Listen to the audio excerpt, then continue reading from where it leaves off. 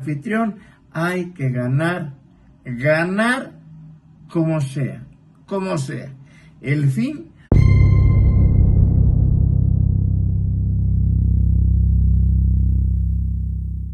Amigos de la Fantasmagórica, con el gusto de saludarlos.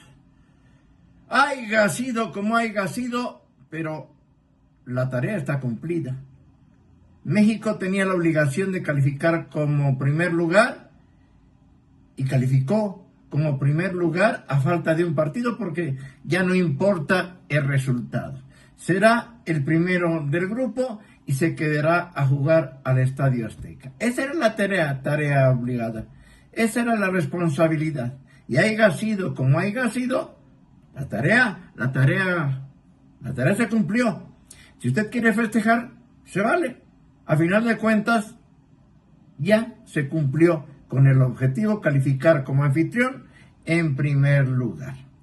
Pero vamos a analizar lo que fue este segundo partido de México.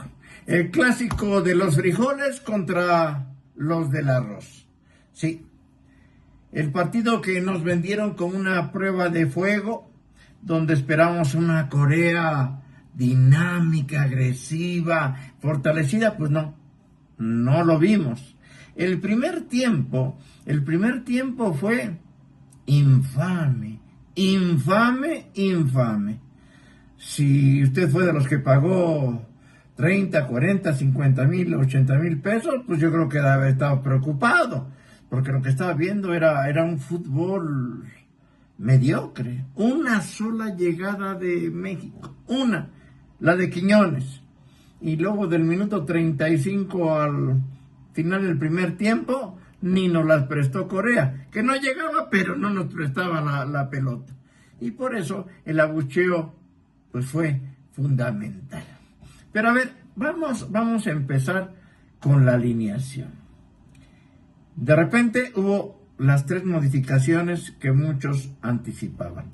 Apareció Luis Romo por Hidalgo. La explicación: necesitamos solidez, marca contra lo dinámico que son los coreanos. Romo muerde, aunque no tenga la salida de Fidalgo, que se extrañó más que el agua en Monterrey. Lo de Edson por César Montes, pues era obligado. Lo que parecía que nos teníamos que persignar era el ingreso de Jorge Sánchez, que más que como lateral jugó como un central por derecha, con un Piojo Alvarado que entre que era volante y que era carrilero por derecha. En fin, el chiste es de que con todos esos cambios, el primer tiempo fue de verdad infame. Y cuando llega el segundo tiempo, cuando el partido estaba trabado, viene un error, un horror grotesco, descomunal del arquero coreano. Y Luis Romo aprovechó ese regalo. México estaba ganando, quizá sin merecerlo, pero estaba ganando. Y entonces, pues dices, era mucho premio para tan poco fútbol. Sí, el anfitrión estaba ganando, pero pues estaba comportando como el invitado colado que se vuela los mesos de los centros de mesa ahí en las fiestas. Bueno, pero Corea, ¿y Corea qué era? Corea tenía el balón, pero no llegaba, la tocaba tiquitaca, sin profundidad, sin llegada. Ahí de repente ya tuvo que hacer modificaciones, el Vasco Aguirre metió a Obed Vargas, metió a Orbilén Pineda, pero dan cuenta que ni los hubiera metido. El mejorcito fue Obed, porque tuvo hasta por ahí un disparo. Luego pues, salió Raúl Jiménez, entró Sandy, y la última que tuvo Raúl Jiménez, ahí el arquero coreano pues lavó el gran pecado que cometió porque rechazó. Después tuvo otra gran atajada a Obed, así es que el portero que tanto la regó, se recuperó o lavó sus errores. Pero, ¿qué podemos decir? Corea no llegaba. Corea podía jugar sin portero hasta el minuto 80, ni siquiera el Tala se había ensuciado el uniforme. Muchos decían, es que México no merecía ganar. Bueno, pues Corea muchísimo menos, porque para aspirar a algo tienes que llegar a la portería. Y al minuto 80 no se había ni ensuciado el uniforme el tal Rangel. Pero vino ya casi al final, en la agonía, un cabezazo, una doble atajada milagrosa del tal Rangel que evitó un empate que entonces sí hubiera sido injusto para los coreanos, que de verdad llegaron muy poco. Al final se terminó sufriendo, quizá con el rosario en la mano, contra un equipo que no es ninguna potencia invencible, pero lo importante es que se gana. Y como decía el viejo Bill Lombardi, ganar no es lo único, es lo todo. Y en un mundial, y si eres anfitrión, hay que ganar como sea.